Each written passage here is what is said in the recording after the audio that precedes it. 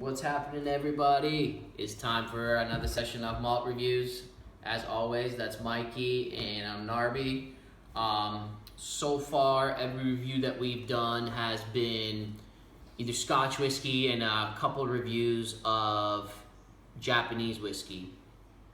And we're gonna do a little short series of bourbons, and we've decided to do four collector items bourbon wise. So hopefully for the people that are really into bourbon, this will be interesting, and for those of you who are mainly into Scotch and watch us, hopefully it'll be interesting for you guys as well. The first one, we have a sample here of Pappy Van Winkle 15-year-old. As you guys know, Pappy Van Winkle is the most collectible and the most sought after bourbon, and prices for Pappy Van Winkle, as many of you will know, just skyrocket, like beyond belief. It's almost like, wow, what happened? You know, a few years back, can't remember how many years ago, it was about 3 years ago. Not many. Yeah, it was like on the shelves still for normal pricing around, you know, I don't even remember what the 15 was, $100, $120, whatever it was. Now all of a sudden these things skyrocket all the way up to $1,000 plus. So, you know, it's gone crazy. So we're gonna get to find out if it's worth it or not, quality wise.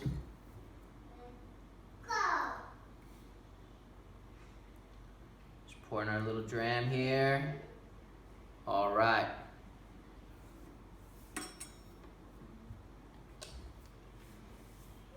Beautiful little one-hand sample. Plenty for us to try. The ABV on this is 53.5%, so obviously it's at cask strength. Or as they say in the bourbon world, barrel strength. Barrel baby. strength, there Barrel you go. strength, baby. Let's check it out. It's got a nice dark color, as we would expect after it's sitting in oak for 15 years. Oh yeah. And as you know, Nice that rich. the aging of bourbon is totally different than the aging of Scotch. Like 15 years old bourbon is pretty damn old. Many people, many connoisseurs that you talk to won't really like a bourbon that's aged for 20 plus years. It just becomes too oaky and woodsy for them. The, you know, where, the location, and the kind of cask that you use, whether it's first fill, second fill, third fill. With the bourbon, it's first fill, and where you're doing it, whether it's in a hot climate, cold climate, matters a lot. So without further ado, on the nose, Pappy Van Winkle 15-year-old.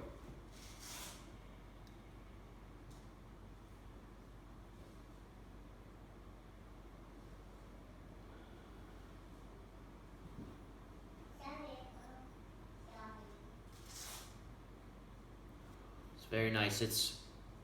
It's rich and perfumey. It's got that dense mapliness, that dense brown sugar that you would expect from a nice sweet bourbon. I am getting, because as you know, to be a bourbon, it has to be, I believe, what? At least 50% corn or 50% plus distilled from corn. So I'm getting some of that corniness, but I am getting a lot of jammy fresh fruits and a lot of darker like dried fruits like figs and dates and prunes, and a little bit of the maple syrup, which is very nice.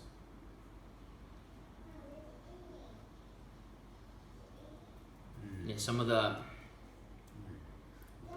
some like very sweet rum kind of soaked fruits, like dark fruits soaked in some like sweet rum. Oh yeah. Like rum soaked raisins. Some vanilla. Not overly oaky on the nose, but you're getting some of that oak spice. Tons of spices, peppers and cinnamon and Wow. Oh yeah. some honey. Spice Factory. Yeah. And almost has some like that, some of those Indian spices in there too. Reminds me of the amrut. Amrut, yeah. A little bit. So very very complex with fruits, Oh, wow. spices, Oh, wow. some of that oak, vanilla, honey, Yeah, man. fruits. That's very nice. It's to breathe. Quite complex. I'm gonna go ahead and try a small sip at cask strength on the palate. Yeah, it's quite alcoholic. It almost noses more closer to 60%. It's quite impressive.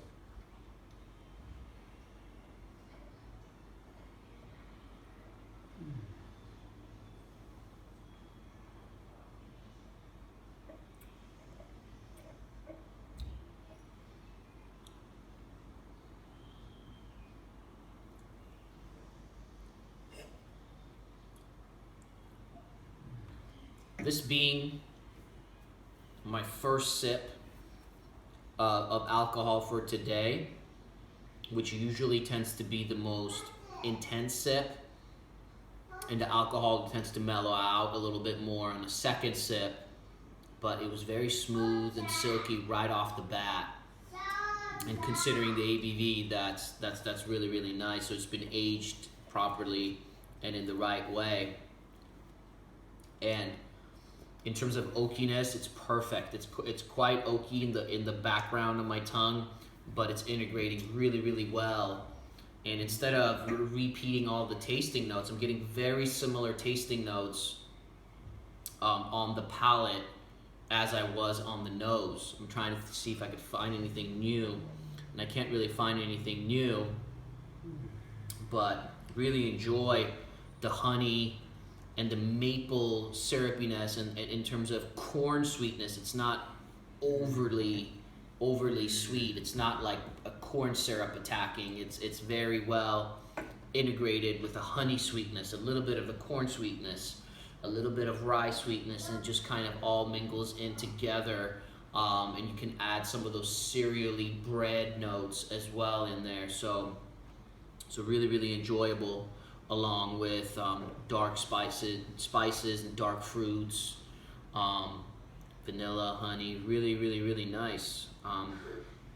It's definitely right off the bat, even with just one sip, I can comfortably say it's one of my favorite bourbons that I've ever had. I'm gonna add a tiny bit of water to it to see how it changes. Yeah, I'm getting heavy, like you mentioned, the vanilla. I'm finally, not so much the nose, but on the palate, I'm getting heavy, thick, rich vanilla cream, and even like lemon butter pastry cream. Like we get in a lot of very good bourbony scotches, like a good old Talisker. With the heavy bourbon cask influence, we get that good lemon, vanilla, pastry, crepe kind of creaminess. I'm getting a lot of that, and it is surprisingly smooth and not burning at all in the palate for being 53.5%, almost 54% alcohol level. That's very nice. I added about 2 drops of water, and what it does, it actually opens it up quite nicely, and it's breathing now for a little while too. It opens it up quite nicely with some citrus fruits, and it actually magnifies everything else. It actually brings a little bit more of that maple syrup up, and it actually gets a little bit more sweeter.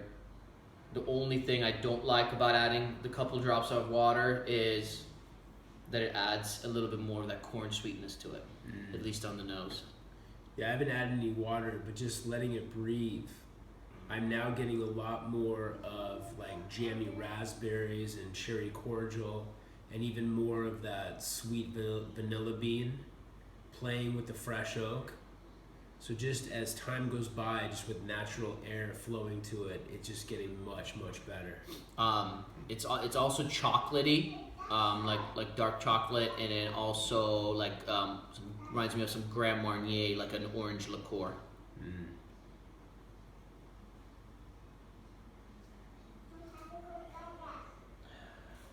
This is gonna sound strange, but even a little bit of sounds gonna sound off-putting, but some cough syrupy, little cough syrup in there. Medicinal. Another sip.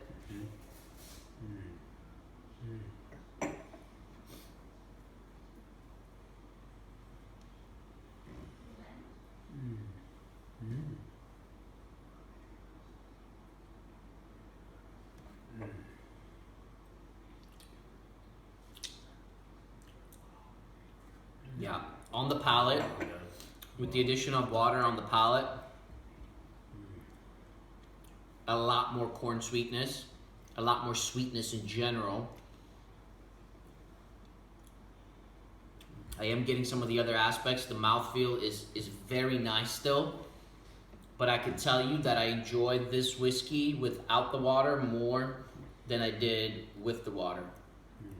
And at that strength, a lot of times a little bit of water definitely helps it, but in this particular case, and I don't have a ton of experience with this whiskey, I would say that I